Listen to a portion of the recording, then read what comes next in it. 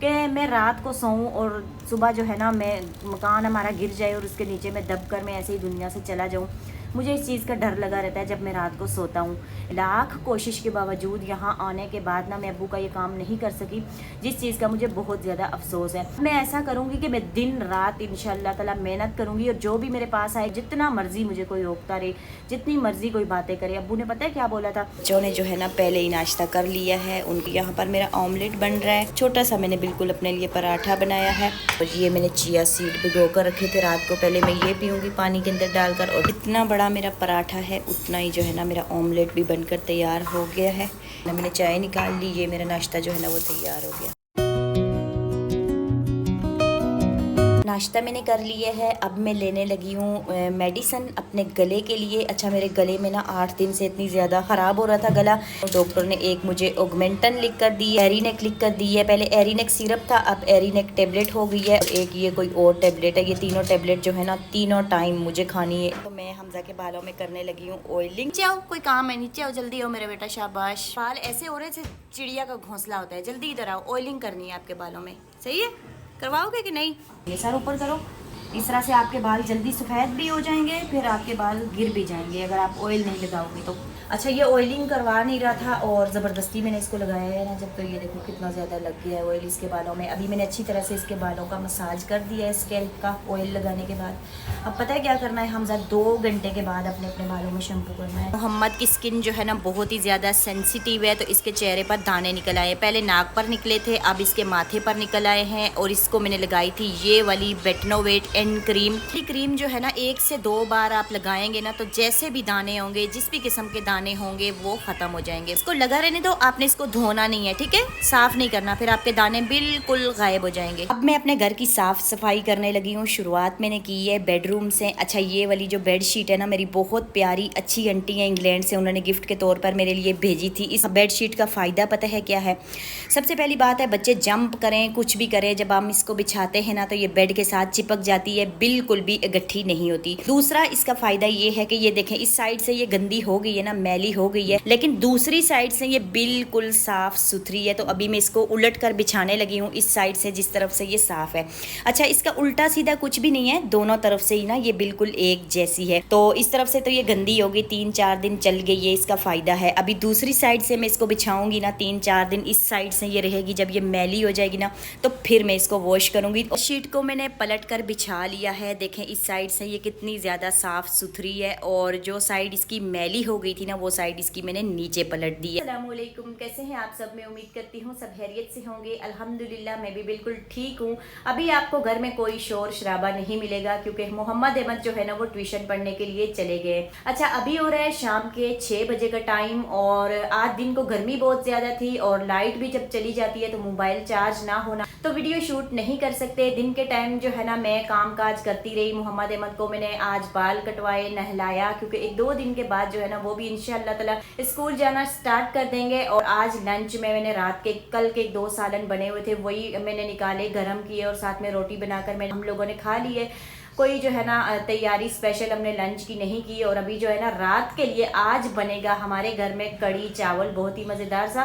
तो आज जो है ना मैं बनाने लगी हूँ कड़ी पकोड़ा रात के खाने के लिए। तो अभी चलते हैं किचन में और रात के खाने की तैयारी कर लेते हैं। सबसे पहले जो है ना मैंने अपने लिए यहाँ पर चाय बनाई है, क्योंकि सर में बहुत ज़्यादा दर्द भी हो रही है, चक्कर आ रहे हैं। मैंने कहा पहले चाय पीते हैं, फ्रेश होने के बाद जो है ना खाना बनाना मैं शुरू करूँगी। चाय यहाँ पर तैयार हो चुकी है, देखें कितनी मज़ेदार कड़क चाय लग रही है। अच्छा, इनके पापा जब घर पर होते हैं ना तो चाय ज़्यादा बनती है। आज मैंने बिल्कुल थोड़ी सी अपने लिए सिर्फ चाय बनाई है, वो घर पर है नहीं। बाकी बच्चे जो है ना हमारे वो चाय वगैरह नहीं पीते हैं। हो गई हमारी चाय, पहले मैं चाय पी लेती हूँ और उसके बाद ये देखें सारा सामान जो है ना खाने का मैंने निकाल कर रखा हुआ है। फिर हम चाय पीने के बाद बनाएंगे खाना। चाय मैंने पी ली है, अब मैं खाना बनाने लगी हूँ। तो सबसे पहले ये जो छत की तरफ हमारा दरवाज़ा जाता है ना, इसको मैं इस तरह से खोल देती हूँ ताकि जितनी भी गर्माइश हो ना चूल्हा जलने के बाद वो यहाँ से बाहर निकलती रहे। तो कड़ी बनाने के लिए ये दही है, इसको मैंने सुबह मंगवाया था और इसी तरह मैंने इसको छोड़ दिया था ताकि ये खट्टा हो जाए। अच्छी तरह फेंट कर इसकी लस्सी बना लेती हूँ। अच्छा, इसके साथ भी ना अच्छी खासी लस्सी बन जाती है। लस्सी हमारी तैयार हो गई है, अच्छी तरह से मैंने इसको फेंट लिया। इसके अंदर मैं थोड़ा सा पानी ऐड करूँगी, तकरीबन 1 चाय का कप जो है ना मैंने बेसन का लिया है। तो इसके अंदर हम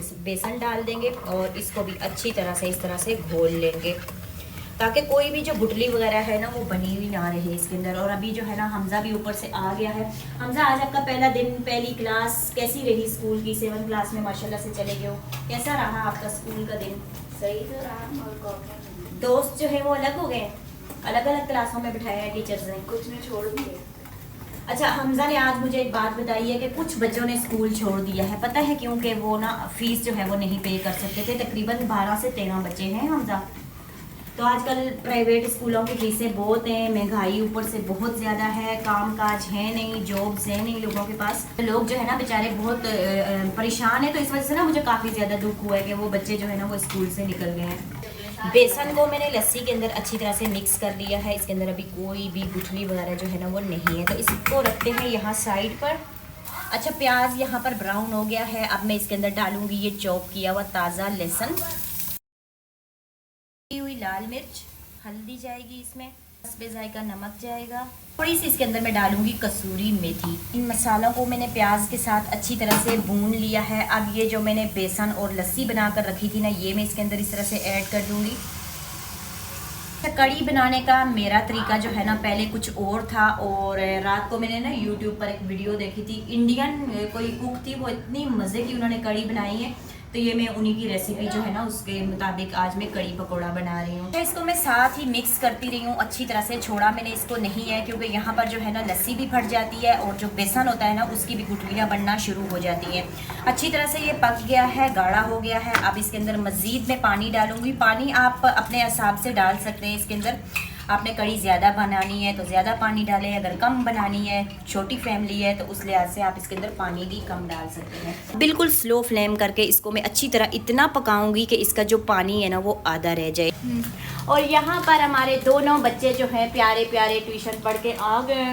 मम्मा को शहजादे बेटे। और हेयर स्टाइल कैसा लग रहा है इनका, आप लोग मुझे कमेंट सेक्शन में लाजमी बताइएगा कि मेरे बेटे प्यारे लग रहे हैं या गंदे लग रहे हैं। चलो जी अंदर बैठो पंखे के नीचे, चलो जाओ। आज इनका जो है ना मैंने मोटी वाली जो मशीन होती है ना बालों में वो फिरवा दी है, क्योंकि इनके बाल बड़े थे तो उसकी वजह से ना गर्मी बहुत ज़्यादा लगती है, गर्मी भी बहुत है और इनके सर में ना दाने भी गर्मी के निकल आए थे। तो अब जो है ना वो सुकून में आ गए बाल कटवाने के बाद। वैसे तो आमना प्यार करती है मोहम्मद से, अहमद से, हमजा से, लेकिन जब इनका हेयर स्टाइल बना के हम लाते हैं ना तो फिर तो ये रज रज के प्यार करती है और इसको बहुत ही ज़्यादा प्यारे लगने लग जाते हैं। अच्छा, बच्चे आ गए घर पर तो साथ साथ में उनसे बातें करती रही हूँ, उनके साथ खेलती रही हूँ और साथ ही साथ जो है ना मैंने कड़ी बनाने के लिए यहाँ पर पकोड़े जो हैं वो भी तैयार कर लिए हैं। कुछ पकोड़े मैंने तैयार कर लिए और थोड़े से ये बाकी रह गए, इनको भी मैं जल्दी से तैयार कर लेती हूँ। और उधर जो है ना हमारी कड़ी भी मसलसल जो है ना पक रही है। साथ हमने बनाए हैं इस कड़ी के अंदर ऐड करेंगे, थोड़ी देर और इसको पकाएंगे और आधे पकोड़े हम बचा लेंगे, इनको इसी तरह से खाएंगे। बहुत ही मज़े की खुशबू आ रही है आज ना। मुझे लगता है कड़ी जिस तरीके से मैंने बनाई है ना, पहले भी अच्छी बनती थी लेकिन आज जिस तरीके से बनाई है आज और ज़्यादा अच्छी बनी है।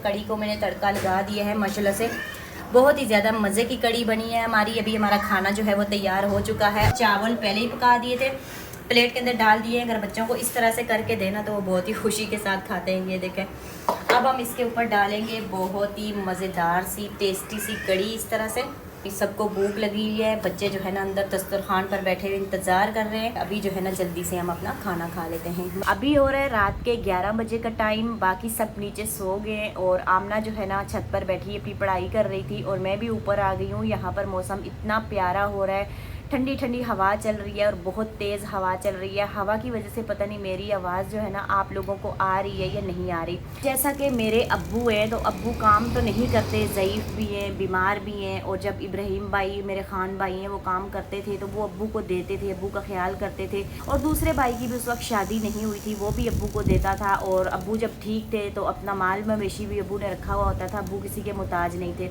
अब ऐसा है ना कि अब्बू सबके मुताज हैं, अब्बू लोगों के हाथों की तरफ देखते हैं कि कोई मुझे देगा तो मैं खाऊंगा, क्योंकि एक तो वो बीमार हैं, लागिर हो गए और दूसरा जो है ना वो ज़ईफ़ हैं। उनमें आने लगी ना तो मैंने अब्बू को कुछ पैसे दिए थे आखिरी बार जब अब्बू मुझसे मिलने के लिए आए। वैसे मैं ये इसलिए बता रही हूँ कि बेटियाँ को भी करना चाहिए, ये नहीं है कि मैं यहाँ पर शो कर रही हूँ कि मैं इतना कुछ करके आई हूँ।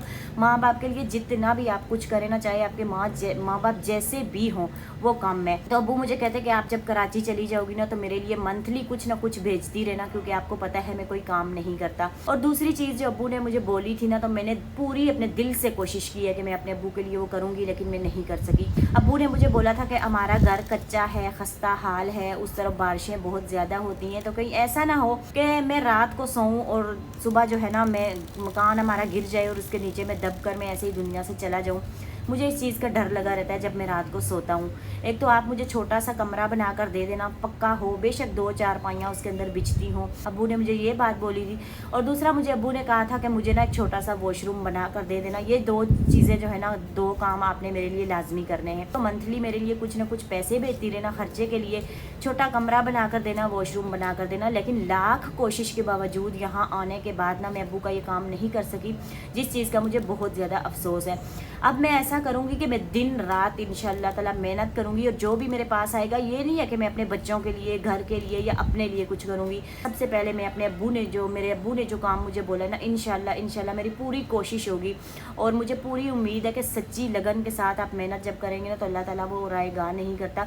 मैं अपनी पूरी मेहनत करूँगी और ये जो काम है ना, मैं लाजमी इंशाअल्लाह करूँगी। एक तो अब्बू को कमरा बना कर दूँगी छोटा, इंशाअल्लाह जितना मर्जी मुझे कोई रोकता रहे, जितनी मर्जी कोई बातें करे। अब्बू ने पता है क्या बोला था? अब्बू ने बोला कि आपको अगर कोई मना करे ना कि अपने बाप से मिलने के लिए नहीं जाना, तो आपने जिद करके लाजमी मुझसे मिलने के लिए आना है, क्योंकि इस वक्त जो है ना मुझे आप सबकी ज़रूरत है। तो मेरी पूरी कोशिश होगी, मुझे जितना कोई रोके, जितना मर्जी ज़ोर लगा ले, मैं अपने अब्बू को कमरा भी बना कर दूँगी और उनको वॉशरूम भी बना कर दूँगी इंशाअल्लाह।